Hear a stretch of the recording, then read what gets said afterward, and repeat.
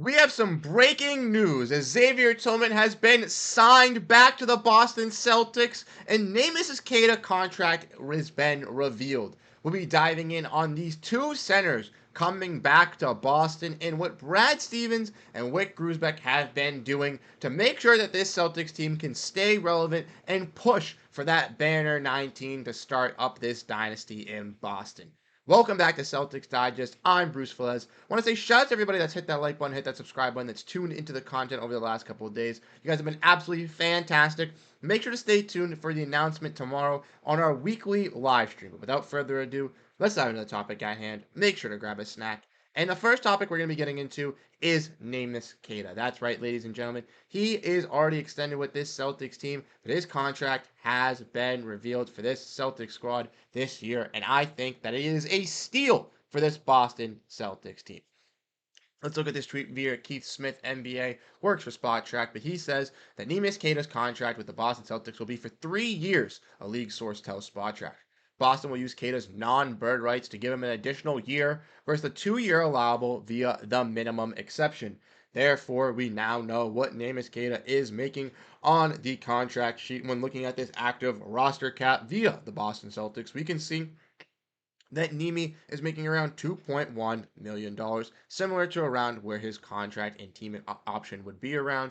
Ultimately, the Celtics may be paying him less than like a couple $100,000, a little bit less, maybe $1 million less, to make sure that he can stay up long term with this team for multiple years. If we want to look at this courtesy of Spot Track, you guys can see the Celtics salary cap, looking at the years and where everybody is going. And obviously, if you look at Neemias Queta down the list, you can see he's obviously under contract for these 2 years, where he'll be a free agent in 2026, 2027. Now, obviously, if we want to look at this Celtics roster and look at this team, we know that Jrue Holiday, Jaylen Brown, Kristaps Porziņģis, Jayson Tatum, and Derrick White all going to be back. As we mentioned, Derrick White and Jayson Tatum both inked those contract extensions yesterday. If you missed those videos, check those out. Peyton Pritchard's obviously staying long-term. Springer was picked up his team option when they traded for him. Baylor Shireman being that first-round pick the Celtics selected. Sam Hauser has his team option picked up, has not worked on an extension, expect one to be done by July 9th. Jordan Walsh is under contract, Horford's under contract, Cornette's under contract, and now Neemias Queta.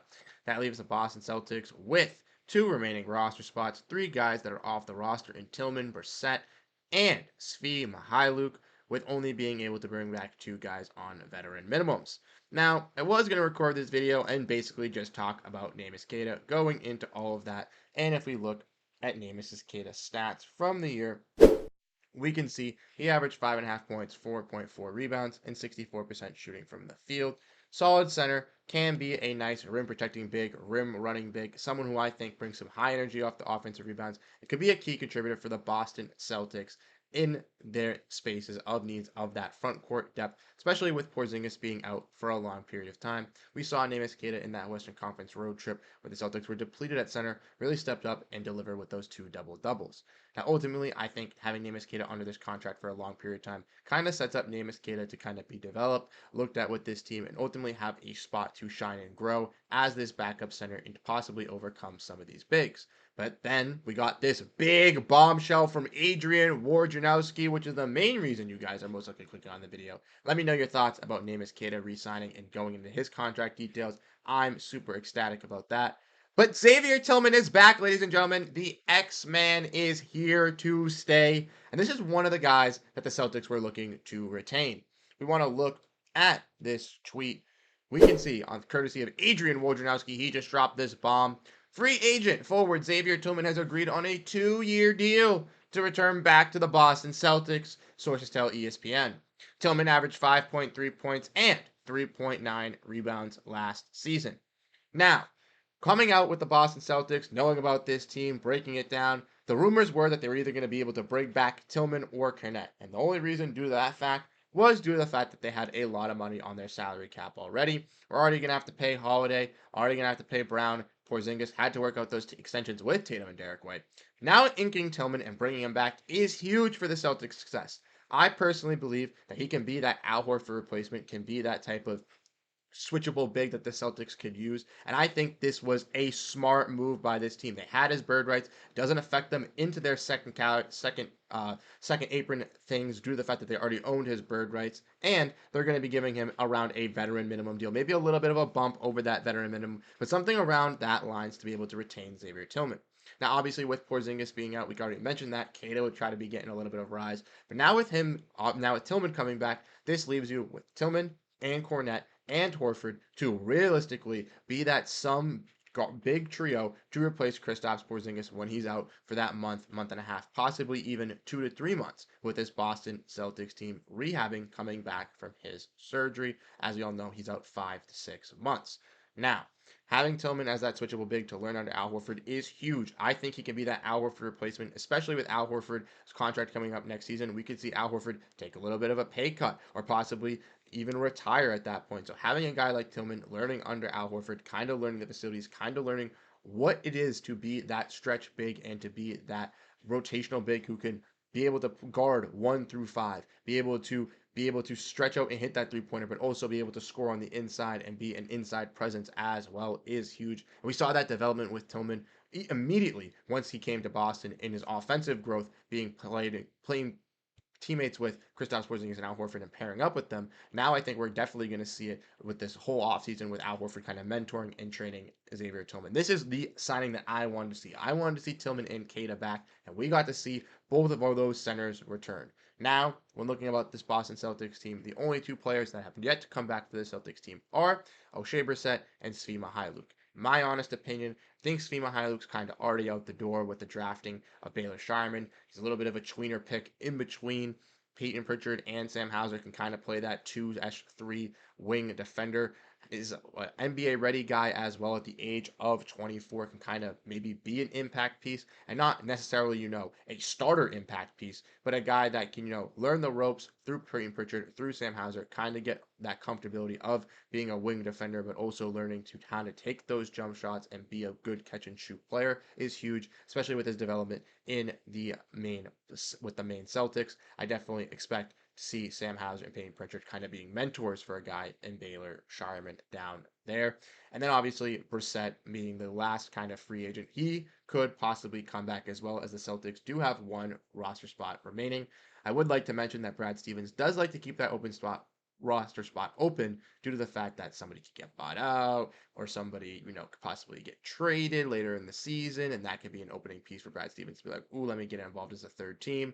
But the Celtics being in the second apron and having all these restrictions, it's a lot harder to pursue guys on the buyout market. It's a lot harder to get these guys via trade.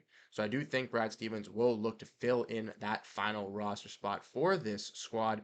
Just realistically, we will see who will ultimately get it. Could it be Brissett coming back and the Celtics ultimately just running it back as a whole? That's something that I would like to see, but it ultimately depends on what Brissett wants. I think for Xavier Tillman, that contract that the Boston Celtics had presented was out there for him and Brissett.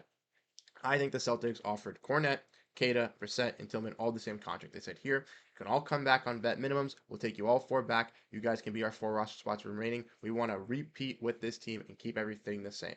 Obviously, guys like Kornet and Queta are going to take that contract due to the fact that Kornet is a very likable guy, loves playing with this team, has blossomed with this team, and is willing to play just basketball in general and just is happy playing basketball in a spot that is comfortable. Doesn't need the minutes, doesn't need the go time. He's just happy to be in Boston. Queta, I think, also in the same way, wants that development, wants that play time, wants to be able to kind of find a home in Boston. I think that presents the best opportunity for him at this very moment. Guys like Tillman, guys like Brissett, both of those guys respect their play, but they both are young enough to earn contracts in the NBA that can give them better playing time or better minutes, and they showed that via the playoffs. Now, ultimately, with free agency kind of being a little stingy with this money, these big teams that have all this money aren't really throwing it out there. And now that big man market and power forward market is kind of saturated, a lot of these players are kind of realizing, hey, I kind of can't get that money out there. I mean, I can't bank in a $5 million or $6 million contract on an opportunity cost because there's no really opportunity for me to kind of strike. Therefore, I think Tillman realized there was no money or offer that was really going to beat the Boston Celtics, either in playing wise or experience wise. Therefore, he came back for the Boston Celtics on that 2-year deal. I could see something similar happening with Brissett, but ultimately it does remain on if a team does give Brissett that money or does give Brissett that opportunity, and we'll have to wait and ultimately see with our own eyes when that happens. But I do want your thoughts down below on the Tillman acquisition because I think it's fantastic. I'm very excited to see Xavier Tillman back in Boston. If you guys have been following us for a while, if you guys do know, I've been calling him the Al Horford replacement since the minute he touched down at Boston. Go back all the way to January, scroll back to those videos. You will find it. Me claiming him to be that replacement for Al Horford. And I think he truly can be if they lock him in that gym and really, really train him. This was the guy that I wanted to see come back in free agency the most from the Boston Celtics. And I am ecstatic that Tilly is back. But drop down your thoughts, drop down your feelings. Celtics ensuring that big man group is going to be staying, trying to bring back as many players as possible. As you guys know, if you want to make sure you stay up to date on everything revolving around this Celtics team, ASAP, hit that like button, hit that subscribe button. Make sure to stay tuned. We're going to have a live stream tomorrow. We're going to shout out our special guest that's coming out with us as well. So it should be fun. Hope to catch you all there. Once again, I'm Bruce Veliz. Thank you guys so much for tuning into this episode of Celtics Digest. And I'll catch you guys in the next video. Have a great rest of your night and go Boston Celtics.